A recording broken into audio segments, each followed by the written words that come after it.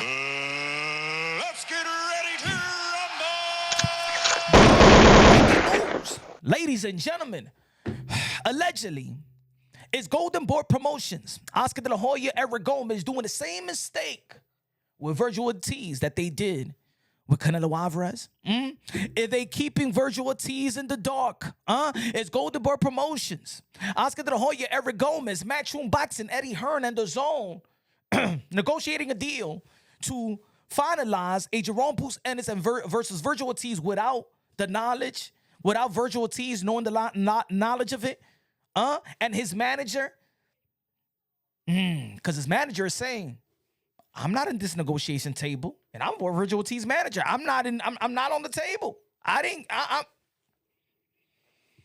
We sat in a room with DAZN, me, Oscar, Eric Gomez, Pete, Jaron, right, from DAZN. We all agreed on the deal. We all agreed on the deal. 50-50 and 5% for the winner. We all agreed and we left the room to make the deal. Jaron Ennis signed the contract and Vergil Ortiz didn't sign the contract. Who's lying to me? You's a liar! Also, what happened to the name Turkey Al Sheikh in the mix of all of this? Isn't Turkey Al Sheikh supposed to be the second coming of Jesus Christ in the sport of boxing? Isn't Turkey Al Sheikh supposed to eliminate these frictions between promoters and their egos and their greed, not making fights happen? And Turkey Al Sheikh was the guy that's supposed to be like, no, we're going to have to better find their best. No more problem. I would have put all the promoters working together. Turkey Al Sheikh, DAZN. Eddie Hearn, DAZN.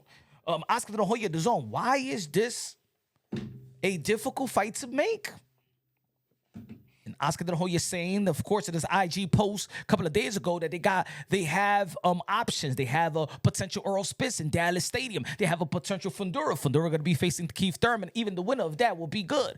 Let's not forget that Plunge Wrong Boxing, a.k.a. Mr. Mo, Sean myself, been telling y'all for years that the 154-pound division is the most stacked division in the sport of boxing. And if we're going to be talking about the 154-pound division being stacked, if we're going to acknowledge that a division is stacked, that means there's a lot of matchups to be made. We cannot be pigeonholed to one fight if that division is stacked up. So do I want to see Boots Ennis versus Vergil Ortiz? Of course. But do I want to see, can I see a Boots versus Sanders Zayas? Boots versus Charlo and Spence, so the winner of Fundura and Keith Thurman, the winner of Bakram and Josh Kelly, man, there's a lot to be made, man. And vice versa. We want to see Vergil Ortiz in those fights as well. And we want to see everybody just miss and match it because the 154-pound division is the most stacked division in the sport of boxing. The landmine division, anybody can get it. God damn it, Punch Rock Boxing. It's preaching tonight. But anyway, what I mean about allegedly or is Golden Boy Promotions making the same mistake. Now, Rick, the manager of Vergil Ortiz, he feels like he's exposing everyone. But really, it seems like he's trying to expose Golden Boy Promotions because this is what he posted on his IG in reference to reacting to the interview that Eddie Hearn did have. Rick says, well, everything makes sense now. The DAZN executive, the promoters, is all now makes sense. When Eddie Hearn pins his ears back and is calm and rational and gives the time, people there, etc., that's when he is telling the proper truth. I watched this over the years. I can't be mad at him anymore. And congrats to Dalton Smith that knocked out Subriel Matias. 4 months ago, they all sat in a room and made this deal, and the DAZN executives question, so we go through all this BS for no reason while a written offer was given to them while never speaking to the actual fighter's manager or the fighter at all, meaning that Vergil Ortiz and himself, the manager of Vergil Ortiz, doesn't know nothing about these negotiations in which he's supposed to be in the room. Can you imagine dealing with Mayweather without Al Heyman? It doesn't happen. Can you imagine dealing with Devin Haney without Bill Haney? It doesn't happen. Can you imagine dealing with Conor Ben and Teofimo Lopez without Keith Connolly? It doesn't happen. So why they have kept Rick, the manager of Vergil Ortiz, in the dark? Let's keep on reading. I repeat, not a word spoken I asked multiple times, was a deal made without us? Who's he talking about? Got to be talking about Golden Boy Promotions. Did you guys actually meet? What is Eddie talking about? Right there tells you that he is definitely talking about Oscar De La Hoya, Eric Gomez, Golden Boy Promotions.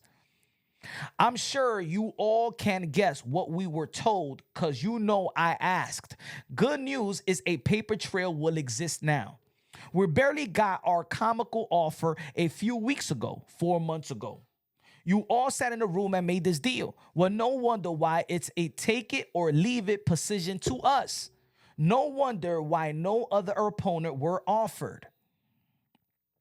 And the zone executive said what he did in public. No other counter offer done. Out of contract ignored. I can go on, but the cat's out the bag. Seems like allegedly they're negotiating not in good faith with Vergil Ortiz. I know the boxing fans is going to be like, so what? Make it happen. 50-50. Come on, let's fight. But in the end of the day, it's business. Just like when you are dealing with your employer, your job or whatever, you go and negotiate, you want to know what the hell is happening, right? Let's keep on reading. Everyone talks about the Ali Act. We'll be happily sending letters out this week to teach and inform people what that is because they all like talking about but have no clue what it is. What is in it or why is in there, obviously. There is why manager exists. This is why contracts done right are crucial, and this is why managers being able to forecast the future is priceless. So a fighter does not get forced into a number or a fight or have things like this take place. Next time, just try honesty and communication. You would be surprised how well it works and how fast things can get done and the support back you will get. If you can't do that, then at least read your contracts first at the bare minimum. I'm off to make some calls and get some letters going. And don't worry, if someone actually wants the Ortiz versus Ennis fight, we will still make it and at doable price. Ortiz is ready. It's a big world. You will be surprised how many people are in it. Now, making the correlation between Canelo Alvarez and Vergil Ortiz, and allegedly did Golden Boy Promotions keep Vergil Ortiz in the dark with a potential negotiations, potential fight, and things of that nature. Let's not forget that Canelo Alvarez had one of the most lucrative, or the most lucrative deal in the history of the sport of boxing when he locked in that 11 fight deal to, I think it was what, $256 million, right? Let's go back. Canelo Alvarez was upset with Golden Boy contracts because of discrepancies between this deal with Golden Boy and DAZN and Golden Boy's deal with DAZN, leading to withheld pay and unapproved opponents, particularly concerning a compromise trilogy with Triple G. He felt Golden Boy made promises to DAZN. Did Golden Boy Promotions make promises to DAZN with the Vergil Ortiz versus Boots Ennis? Remember that time when we was talking about a potential fight with Vergil Ortiz and Earl the True Spence while he was in the fight, you know, as a fan, looking at Erickson Lubin versus Vergil Ortiz, and then Vergil Ortiz after the fight did say that he want to fight Earl Spence, but then we heard that the DAZN representative or CEO is not going to approve of Vergil versus Earl Spence. Anyway, particularly concerning a compromise trilogy with Triple G. He felt Golden Boy made promises to DAZN, like mandatory Triple G fights, that he never agreed to, breaching their fiduciary duty and causing his paychecks to be cut, resulting in a major lawsuit in 2020. Let's keep on reading, right? Key issues to dispute. This is gonna turn it back around so you can understand. It's not exactly how Vergil Ortiz but it has that type of feel, that type of energy. That deals has been kept from the dark. That the fighter don't know what the hell is going on, or they're the last ones to know. Conflicting promises. Remember, Golden Boy allegedly promised DAZN specific big fights, like the third Triple G, at a fixed rate, which conflicted with Canelo's contract where he expected to negotiate high-profile fights at higher pay. Notes ESPN, the ESPN article, whatever, boxing scene, whatever. Withheld payments because the zone didn't approve the opponent or felt the price was too high, especially during the pandemic. They allegedly refused to pay Canelo the agreed upon amount, leading to missed paydays. Breach of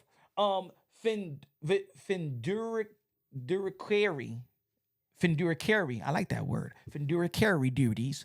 Canelo's lawsuit accused. Hey, Spanish is my English is my second language. Canelo lawsuit accused Golden Boy of failing their responsibility to act in his best interest by allegedly making secret deals that harmed him financially. Are they making deals to truly benefit their fighter or benefit the zone and Matchroom Boxing Eddie Hearn? Where is Turkey Al Sheikh anyway? He's supposed to be the guy that everybody been praising, that he will eliminate these issues that we have today. Ladies and gentlemen, I'm gonna tell you right here, right now, Turkey Al Sheikh has done a wonderful job. Turkey Al Sheikh is not in the mix of this Matchroom or Golden Boy promotion. I've been telling y'all for this for a while. I believe that Turkey Al Sheikh is 1 foot in and 1 foot out the door in the sport of boxing. Those big paydays are going away. Those fighters should have took advantage when they had the chance. Because why isn't Turkey Al Sheikh in the mix? I know that Jaron Boots Ennis did duck this fight or duck the opportunity to fight Vergil Ortiz when Turkey Al Sheikh was in the mix, and probably Turkey Al Sheikh said, I do not want to deal with this motherfucker. He ducked my money. He ducked the fight. I don't want to deal with it. You'll deal with it, Eddie. You'll deal with it, Oscar De La Hoya. Or maybe Matchroom Boxing and Eddie Hearn and Oscar De La Hoya Golden Boy promotion is playing. You know what? Nah, man, we don't want to deal with Turkey Al Sheikh. He's trying to deal with Dana White. He's trying to take us out the mix and stuff like that. He's trying to sweep the rug underneath us, huh? We don't trust her. We got to do this on our own, mate. We got to do this on our own, maybe. Ladies and gentlemen, I know that Vergil Ortiz has been very happy with Oscar De La Hoya and Golden Boy Promotions. I assure you that. I know that for a fact. They have said throughout the years, publicly and privately. Vergil Ortiz Sr. once said, if he doesn't want to work, not once, he trusts Oscar De La Hoya and Golden Boy Promotion that they do absolutely right for his son. And rightfully so, they have done a wonderful job. But just like in every other situation, once that fighter start making these amount of money, right? And the sponsors and the endorsements and really the energy for that fighter is there, everybody else see the money as well. Hopefully that is just allegedly. We never got to understand truly what happened behind closed doors with Canelo Alvarez and Golden Boy Promotions and how they settled, because they signed the NDA or whatever, to the point where Oscar De La Hoya can't really talk about the details and Canelo Alvarez cannot really talk about the details. But this does sound like they're making deals behind closed doors. And look, ladies and gentlemen, certain fighters say, I fight whoever they want. They're fighters that be like, I fight whoever they want to put in front of me. All I say is yes. And Vergil Ortiz has said that himself. All I say is yes. My team do the work. There's a lot of fighters out there that let their representative do the work. But now is the representative fighting with the representative. I believe is an issue that reading the IG post of Vergil Ortiz's manager, it seems like there's an in-house issue, not necessarily outside issue. The representatives, and now Vergil Ortiz and Vergil Ortiz Sr. will have to step up and be like, what the hell is going on with our manager Rick, and what the hell is going on with Golden Boy Promotions? Now we want to have a meeting with y'all too. What the hell is going on here? That's what needs to take place. Whatever's been said and typed in publicly, I think that's the issue. It's not a Boots issue at the moment, and it's not a Eddie Hearn issue at the moment. Of course, there's going to be some negotiations or whatever. I think a 50-50 where Boots and Vergil was at, that's good. A 60-40, depending on where they're going to be fighting. If they're going to be fighting in Texas, if they're going to be fighting in the West Coast, I believe the 60-40 should be done for Vergil. I'm being fair. But if it happens in the East Coast in Philadelphia, then it could be a 60-40 or a 50-50 also with Boots Ennis. On this side of, and also we don't know who is bringing the subscribers to the zone as well. See, these are things that we don't know. Since Vergil Ortiz been headlining on the zone way more than Jaron Boots Ennis, I believe that he has put more money on the zone's pockets than a Boots Ennis. So there you go with the 60-40. I think Vergil Ortiz 60-40 is highly fair. 55-45, highly fair. That 5% going to the champion is high. For the winner, it's highly fair. Let me know what y'all think. This is Punch Drunk Boxing, a.k.a. Mr. Moonshine himself. Love you. God bless. And on to the next.